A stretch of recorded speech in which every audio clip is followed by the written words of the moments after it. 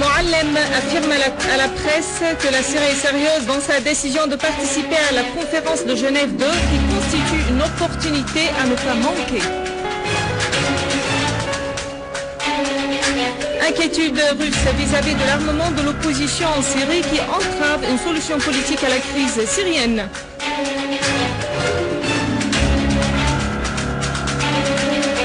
L'armée libanaise prend le contrôle du secteur où se sont regroupés les salafistes d'Al-Asir al-Saïda.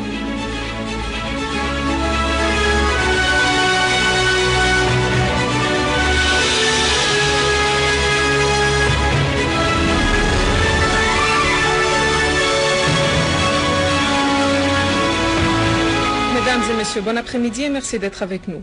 Le ministre des Affaires étrangères et des expatriés Walid Al-Muallim a déclaré dans une conférence de presse tenue aujourd'hui à Damas que la Syrie est décidée à participer à la conférence internationale de Genève qui constitue une vraie opportunité que l'on ne doit pas manquer.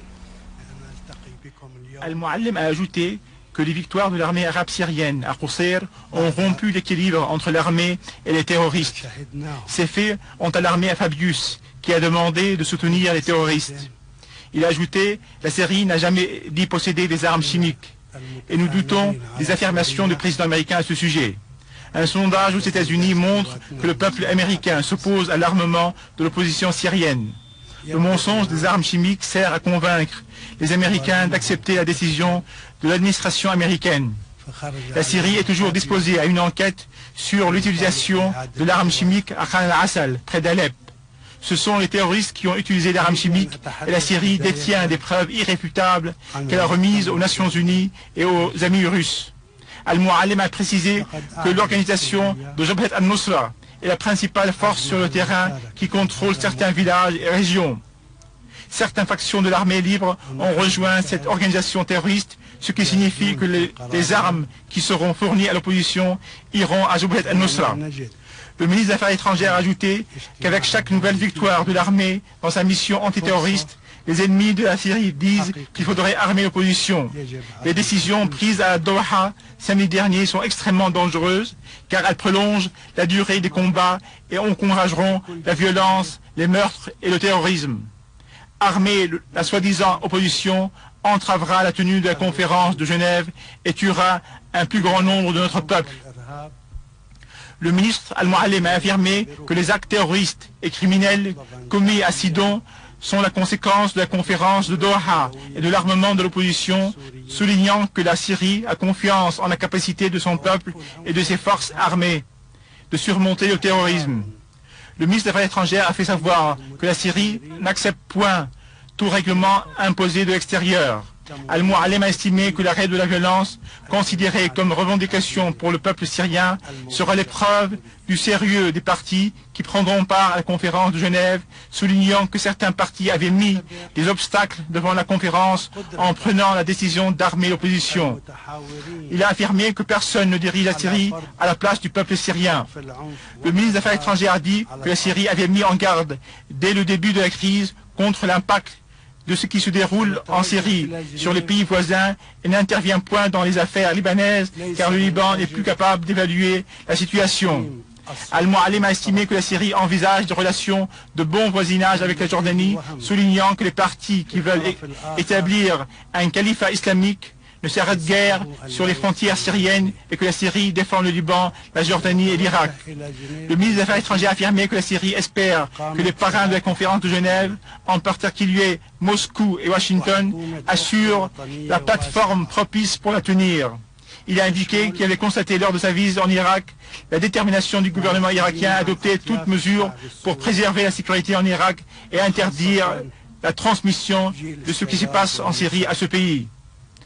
Le ministre Al-Muallim a indiqué que la Syrie avait adressé au Conseil de sécurité un message sur le rôle d'Israël dans la facilitation de l'infiltration des groupes terroristes armés en Syrie, ajoutant que la Syrie ripostera à toute violation dans la zone de la séparation des forces au Golan.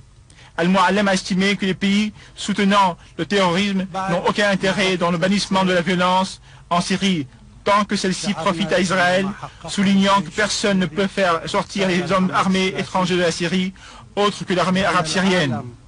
Al-Mu'allim a indiqué que les Européens ne sont pas tous d'accord sur l'armement de l'opposition en Syrie, soulignant que la plupart l'avaient rejeté par crainte du retour des terroristes à leur pays et que certains pays européens n'avaient pas cessé d'armer l'opposition depuis le début de la crise. Al-Mu'allim a affirmé que la décision de Morsi de rompre les relations avec la Syrie était surprenante. Il a fait savoir qu'aucun combattant étranger n'est présent aux côtés de l'armée arabe syrienne, ajoutant que les combattants étrangers combattent aux côtés du front Al-Nusra. Le ministre des Affaires étrangères a affirmé que l'affrontement de toute agression est un droit légitime pour les Syriens à l'autodéfense, indiquant que si le peuple veut résister à l'ennemi israélien, on ne l'empêche pas. Al-Mu'allim a fait noter que le peuple syrien n'oubliera jamais la position de l'Iran appuyant la Syrie dans sa crise. Al-Mu'allim a fait savoir que la Syrie veut participer à la conférence internationale à Genève pour construire un vrai partenariat, ajoutant que les idées de Genève seront remises en œuvre uniquement par le peuple syrien.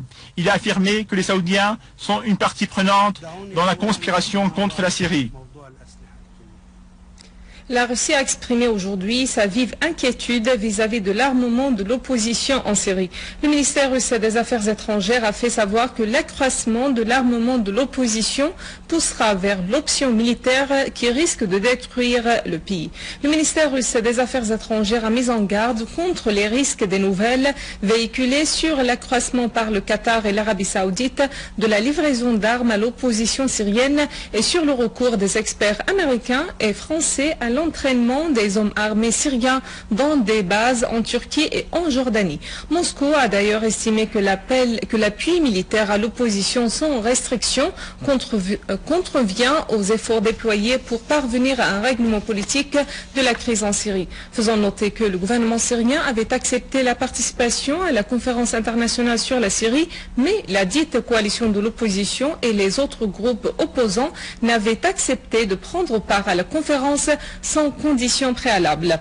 Le ministère russe des Affaires étrangères a appelé toutes les parties concernées par le règlement de la crise en Syrie à se centrer sur l'arrêt de la violence et à parvenir à une solution politique sur la base de la déclaration de Genève.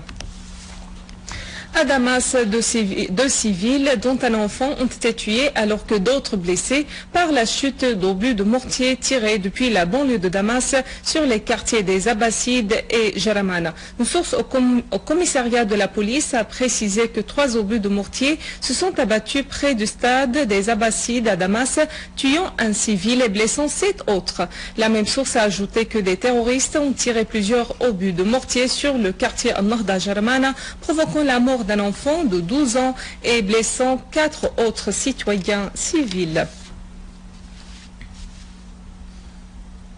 À Homs, l'armée arabe syrienne a détruit des rassemblements de terroristes et 2 entrepôts d'armes et de munitions et des missiles anti-chars ont été également saisis ainsi qu'une quantité d'explosifs dans la campagne de Homs. Une source responsable a indiqué que 2 entrepôts d'armes et de munitions ont été détruits dans le village At-Tawil et des dizaines de terroristes qui s'y trouvaient ont été abattus.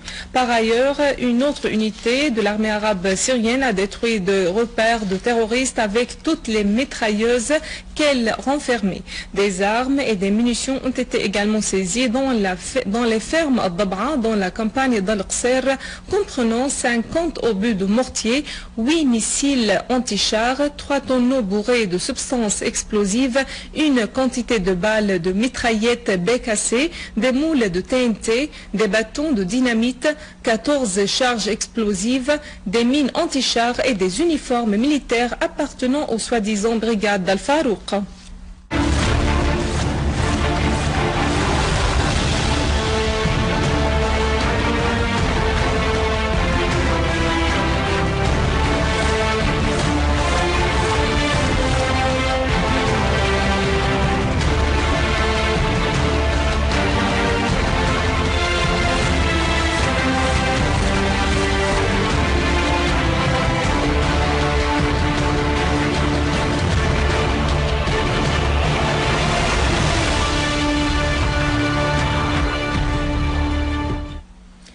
dossier libanais, l'Agence nationale libanaise de l'information a affirmé que l'armée libanaise s'est emparée du complexe du salafiste Ahmed El-Assir à Abra al-Saïda au sud Liban après des accrochages avec les combattants d'Al-Assir.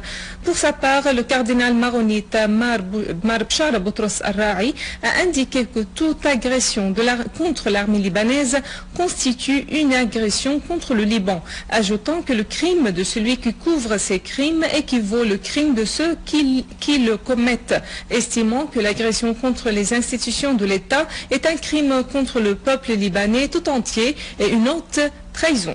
À noter que 16 soldats libanais sont tombés martyrs à la suite des accrochages avec les combattants du salafiste Ahmed El-Assir, alors que 50 autres ont été blessés. Le nombre des tués et des blessés dans les rangs des hommes armés n'a pas été connu. Avant de clore ce journal, un rappel des principaux titres. Al-Muallem affirme à la presse « La Syrie est sérieuse dans sa décision de participer à la conférence de Genève qui constitue une opportunité à ne pas manquer ». Inquiétude russe vis-à-vis de l'armement de l'opposition en Syrie qui entrave une solution politique à la crise. L'armée libanaise prend le contrôle du secteur où se sont regroupés les salafistes d'Al-Assir à Saïda. Mesdames et messieurs, c'est la fin de notre édition. Pour la revoir, visitez notre site web syriaonline.sy. Merci à vous, merci à toute l'équipe. Au revoir.